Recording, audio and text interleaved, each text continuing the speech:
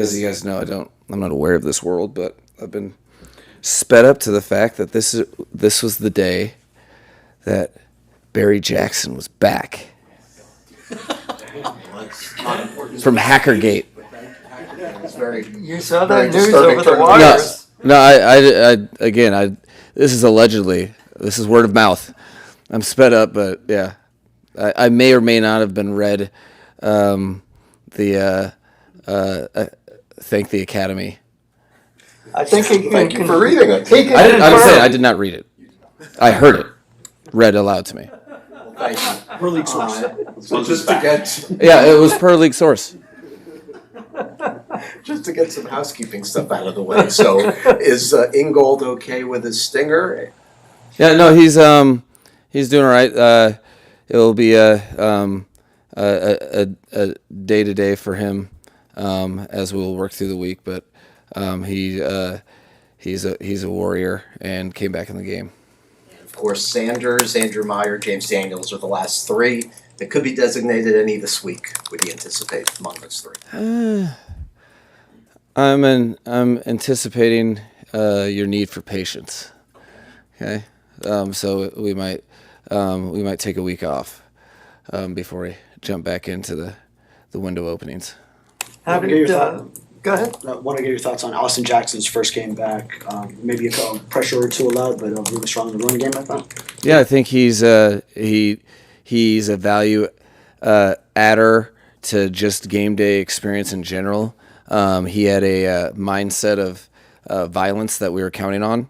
So we put him in a point of attack for a ton of things, and we kind of measured our expectations. I spent a good portion of last week kind of trying to prepare him for the inherent frustration that is, he has high standards, so there'd be some things that invariably would be a little off. There's a consequence for that amount of time missed, but overall, he probably exceeded my expectations to a degree, and made us a better football team with his tonality, his aggressive conviction, and his competitiveness, because he's trying to he fits into the style of ball that we've been playing, where a convicted, aggressive approach that is less about perfection, more about conviction. I was going to ask you how AJ and Darren Waller came out of the game physically, given it was their first action in a while. So, no news is good news. I think bodies are inherently sore, but beyond that, it was positive. There was no regression. You guys went to Darren Waller earlier in the game, and he still ended up leading the team in yards. I guess what was behind kind of the early push, but then he didn't. I guess he got a target in the end zone, but not much outside of that.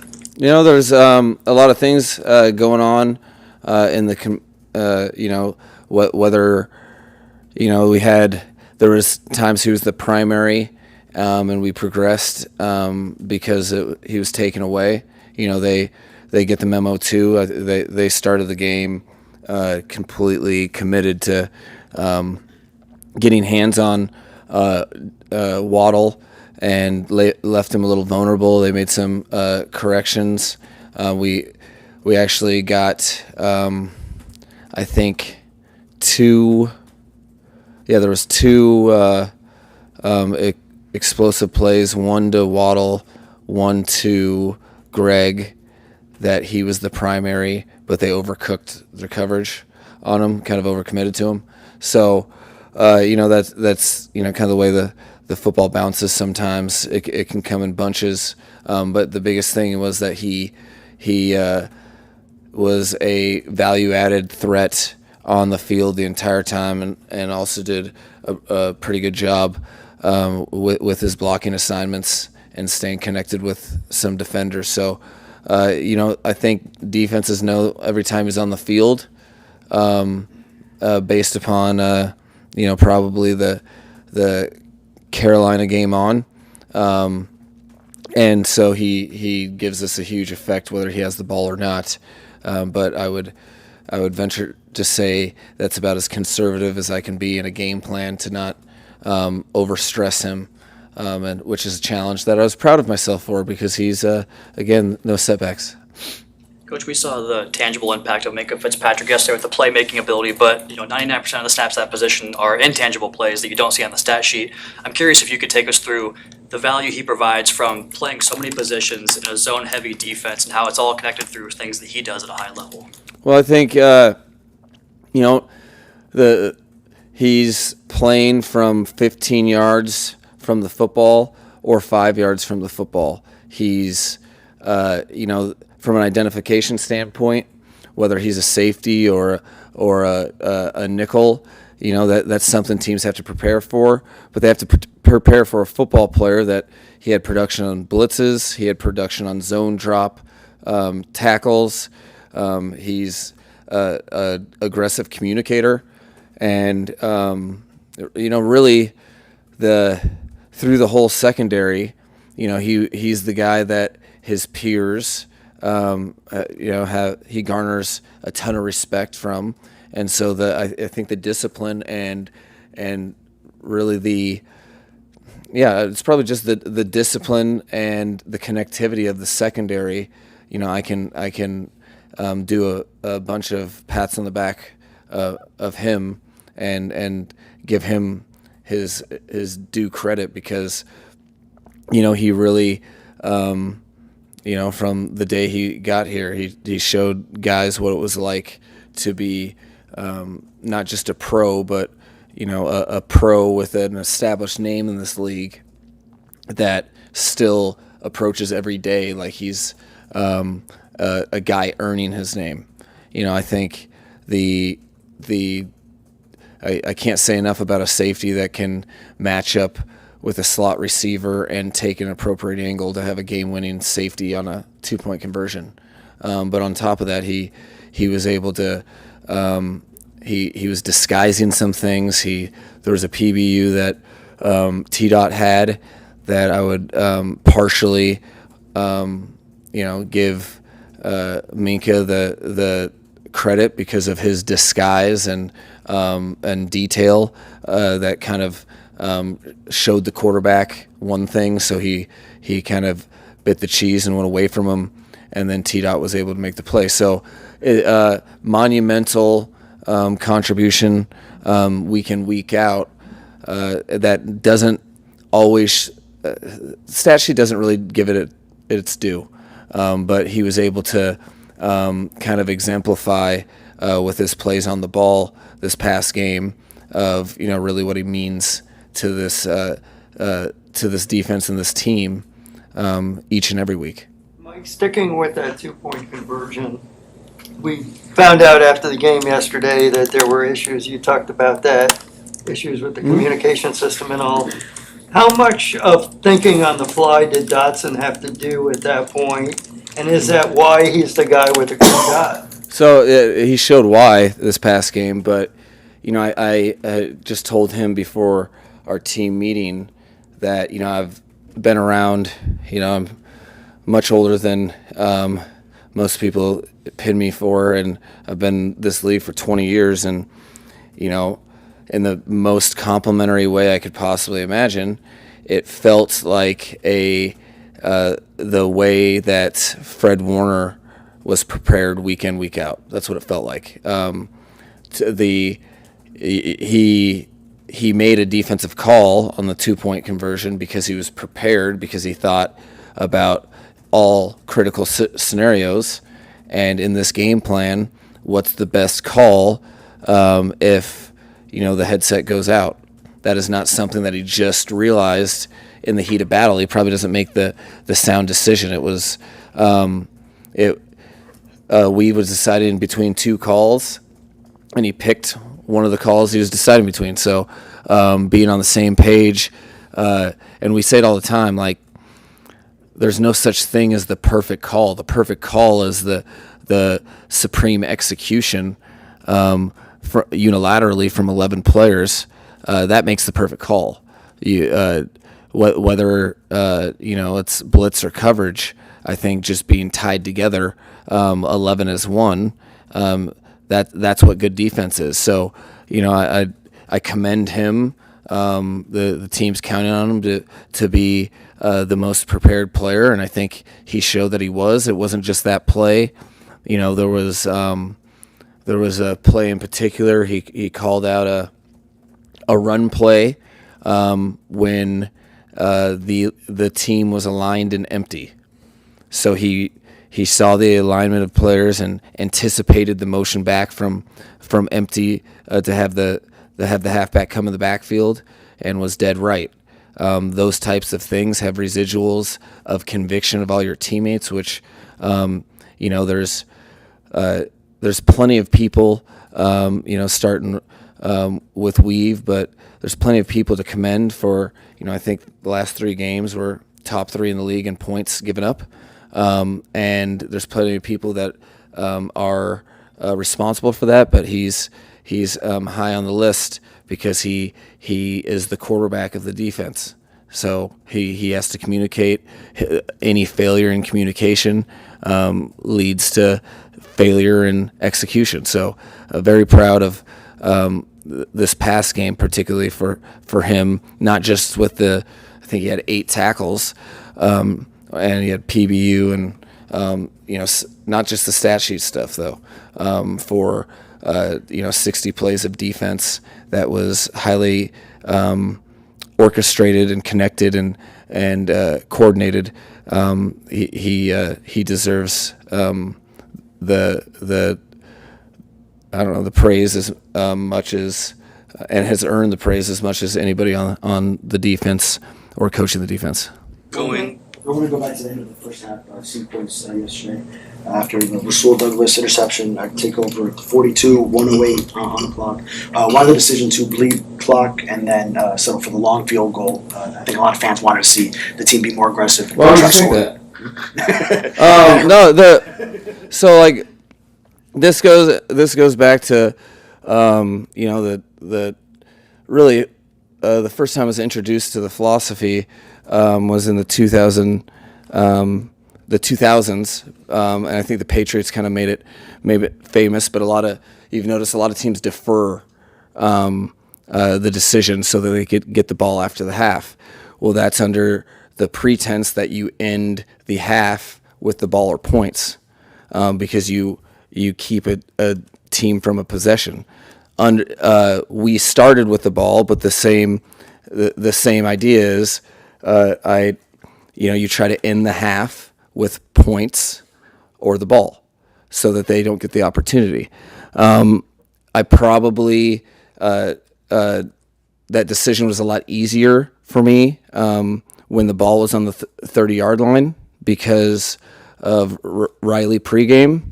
But on top of that, you look at the National Football League. I think there's about 18 seconds, and there's been 2 times this year that a team has, with no timeouts, been able to have a running clock situation, 18 seconds or less, have a play, run the field goal team on, and get the points. So then at the 30-yard line, I'm looking at all right, do we need the 5, 6, 7 yards, or are we taking an unnecessary risk? In my opinion, I thought another snap was an unnecessary risk based upon Riley's pregame and the conviction he gave me through Ock and Jake, to get points at the half. Thought Tua did a good job transitioning to slow clock, but that's why we bled out. We were on the 30-yard line with no timeouts and high risk with little reward. That's what I thought. Mike, you guys have fought your way into the in the hunt conversation, as people like to talk about it. No matter how far or close you guys are in that, do you want the guys to have that be a topic of conversation, to be energized by that? No, I just want them to trust me that we beat the next opponent, and that gives that's the only thing that matters. It happens every year, but there's a lot of all right. This team's winning the division. This team's a wild card. If you're not mathematically eliminated, the best thing to do is worry about your game beating the next opponent. Does it matter where we're at if we're a little less concerned about the next opponent and more like pumped up that we're not mathematically eliminated. We're not. We have 7 losses, and we have 1 opponent that we can affect. So I don't like talking about all of that stuff simply because it waters down your focus. And I'm not sure if you guys noticed, but end of November, December football, there's always these check boxes that people, you see the schedule of the this team's playing this team, oh, they're going to win, and it doesn't always work out that way. I think a couple teams had that occur to them just yesterday, and that's because it's all about matchups. There's a lot of parity in this league. Typically, they're 1-score games, and every single inch, yard situation, if your focus isn't completely on that one opponent, you're going to end up in the land of regret and woulda, coulda, shoulda. As a team, we're not really afforded that. We kind of used up those bullets at the beginning of the season, so it's that much more important to me that there's one game that exists, regardless of, I think I told to the players today that if family members want to talk about a game after this or where you are in the hunt, put some headphones on, and with all due respect, just because it's doesn't do anything for you, and there's so much season that can occur, and there's so many different things that take place that as long as you're not mathematically eliminated, you should be trying to beat the next opponent so you can stay in that not mathematically eliminated focus and let the cards play. Darrell Bevel last week described Tua's season as up and down. Is there anything mechanically that you and Bev have identified that you think Tua is doing differently from the previous 3 seasons in terms of footwork or something that he needs to get back to? Yeah, I think that's the key is you're first and foremost as the quarterback of the team. His job is to lead us to victory, and there's so many things that go into that, and we're always looking at. I think to admit, and I'd admit too, it wasn't his best game, and so you're trying to find why and correlates and improve it so that he can have his best game when his best game's required, and we can continue to win. There's different things that we work on week in, week out. Ultimately, he's trying to improve his performance. We're trying to improve how we coach him, and collectively, as a team, we're trying to win football games. And if 300 yards passing is necessary for that, that's what we're going to have to lean on and expect and coach him to do so. If 150 yards can get the W, he's in a true leadership position where your National Football League as a starting quarterback, you were going to get held accountable by anybody and everybody that has a set of eyes week in, week out. Sometimes you're going to play well relatively to your other games, and that's awesome as long as it includes a win. And the winning formula for us is playing convicted football that's complementary. And what we'll do is continue to push in that direction. I think like every other player on the team, nobody's satisfied with their play. You can't be, otherwise it's going to get worse. You have to improve, and I think case in point, a leader, if not the leader of the football team, has to exemplify that win, lose, or draw. But in a win, you accept whatever happens, and you move forward so that your play can be part of the reason why you get another win. And setting that example is important for the rest of the team to follow.